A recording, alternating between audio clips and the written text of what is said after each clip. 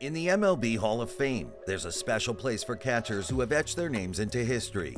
Of course, a total of 18 catchers have earned this esteemed honor, but there's one question that still lingers in the heart of most baseball fans. It's a question of who stands atop on the catcher's throne. Indeed, a catcher's artistry often combines a symphony of skills, including the flair for navigating pitchers, corralling errant throws, and handling the heat from the batter's box. And it is little wonder that those who have mastered the art, just like the legendary Yogi Berra, are widely celebrated in baseball. So, which MLB players could rival Berra as the best to ever play on the diamond? Or is this legendary player truly the king of the tools of ignorance? Well, let's quickly run through a list of the best catchers to ever do it in MLB. Number 5. Mike Piaza. Mike Piazza's brilliance stretches far beyond a mere 5-year window. It's a decade-long symphony of baseball mastery that demands recognition. This player had an exceptional power surge, which saw him launch at least 32 home runs in each of his first 10 full years in the majors. Plus, in '94, he hit 24 homers in only 107 games. Oh, and his rookie season in '93 was nothing short of a coronation, with a .318 batting average, 35 home runs, and 112 RBIs, all combining to earn him the 1993 NL Rookie of the Year in a unanimous nod. This baseball maestro's magic extended through the years, as he waltzed through seasons, batting .300 or better from '93 to '01, and performing consistently as a force to be reckoned with. In '97, he dazzled with a .362 average, 40 home runs, and 124 RBIs. No doubt, these were MVP-worthy numbers, if not for the superlative performance of Larry Walker that same year. Additionally, while some trips to the playoffs may have faded in memory, the year 2000 showcased Piaza as the Mets' gallant hero. In 14 games, he wielded his bat like Excalibur, with 16 hits and 53 attempts, including 4 homers.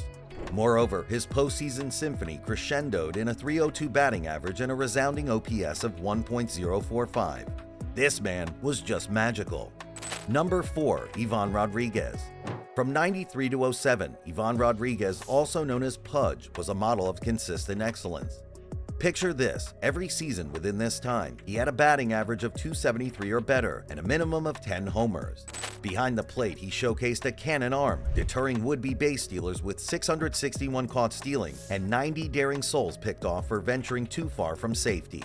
Accolades accumulated for him, including 14 All-Star games, a baker's dozen Gold Gloves, and 7 Silver Sluggers adorned his illustrious career. But it's the era between '97 and '01 that Rodriguez ascended to the realm of baseball deities. Each year during this period, he swung a mighty bat, crafting averages north of .308 and launching at least 20 homers. He literally transformed into a master of offense. And the crescendo occurred in '99, when 35 homers, 113 RBIs, and a .332 average materialized into an AL MVP title for the superstar.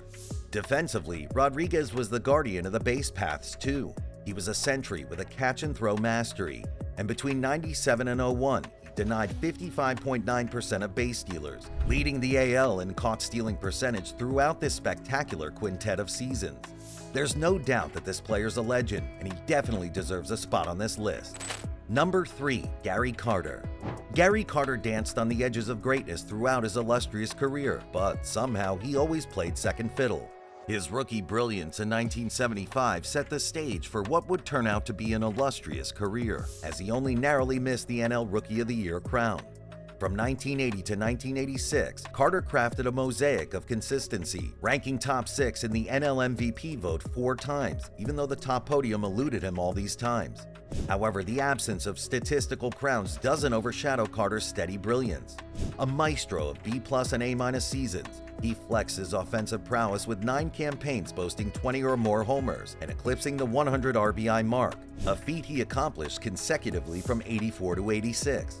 Plus, his stellar debut earned him an All-Star nod, setting the stage for a remarkable streak, which included 10 consecutive Midsummer Classic appearances from '79 to '88.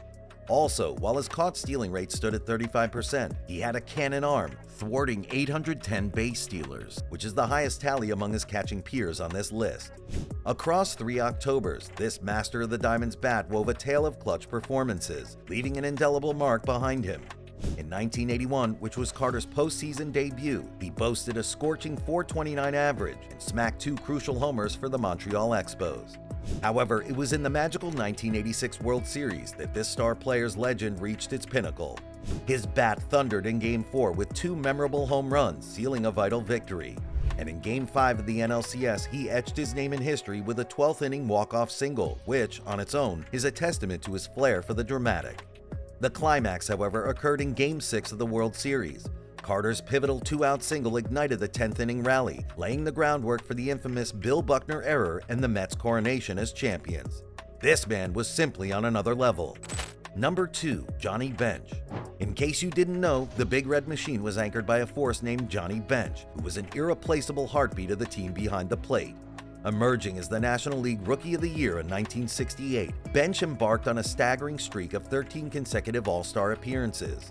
His prowess transcended mere stardom, as he clinched NL MVP honors in 1970 and 1972, weaving a narrative of excellence in his career progression. Bench's offensive onslaught was particularly dazzling during his MVP reign. In 1970, he unleashed 45 homers and 148 RBIs, a power surge that repeated with 40 homers and 125 RBIs in 1972, leading the majors in both of these categories both years. However, the pinnacle of this on-field maestro's offensive brilliance manifested in 1974 with a league-leading 129 RBIs. And the most exciting part is that Bench wasn't merely a juggernaut with a bat. His defensive acumen was equally formidable, boasting a cannon arm that thwarted over 43% of attempted stolen bases throughout his illustrious career. A recipient of the Gold Glove for NL catchers from 1968 to 1977, Bench set a standard of excellence that could only be matched by Ivan Rodriguez. Plus, this legend's postseason legacy adds another layer to his mythos. Participating in 10 postseason series, including 4 World Series and 6 NLCS, he emerged as a clutch performer. Remarkably, Bench smashed at least 1 home run in 9 of those series, culminating in 10 postseason home runs across 45 games. However, his magnum opus unfolded in the 1976 World Series, where his scintillating .533 average and 2 home runs propelled the Reds to a triumphant sweep against the New York Yankees. Number 1. Yogi Berra. If you guessed that our number 1 on this list would be Berra, then congratulations, you're right, because who else is more suited for this spot? Yogi Berra and Roy Campanella may have been MVP rivals, each securing 3 awards from 1951 to 1955, but their most epic showdowns unfolded in 5 World Series clashes. While Campanella thrived in the National League, Berra, who was donning the pinstripes for the Yankees, emerged triumphant in 4 out of those 5 encounters. Berra's peak, which spanned from 1950 to 1956, radiates with nothing else but absolute brilliance. In this 7-year span, he clinched 3 AL MVPs and consistently landed in the top 4 in the other 4 years. Plus, the stat sheet paints a portrait of hitting mastery for this legend, with a .295 batting average, an average of 27 home runs, and 108 RBIs. Yet what's even more remarkable is the scarcity of strikeouts here.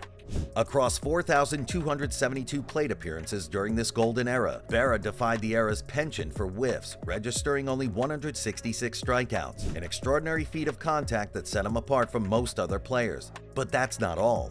Nowadays, the concept of 14 World Series appearances sounds implausible, especially considering the era of wildcard teams and heightened postseason unpredictability. Yet for Berra, this was his reality with the Yankees, where he clinched victory in 10 of the 14 appearances. Moreover, while his book-ending years were more subdued, the heart of his impact lies in the stretch from 1950 to 1961. In this critical era, Berra's presence was indomitable, appearing in 62 World Series games and boasting a .303 batting average, 11 home runs, and 36 RBIs. Now that's a lot of numbers, even for those years. For the concentrated years of 1953 to 1956, Berra elevated his performance to celestial heights, slashing an astounding .400, .494, .671 with 5 home runs and 16 RBIs in 20 games. Also, this legendary player's slugging prowess, highlighted by a .482 slugging percentage, attests to his capacity for delivering impactful hits and extra base power. A formidable force in the lineup, Berra's 358 home runs reflect his knack for driving the ball out of the park, which often contributed to his team's success. In the end, Berra's 1,430 RBIs underscore his role as a run producer, making him the best MLB catcher of all time. And there's barely any disputing that, or can you?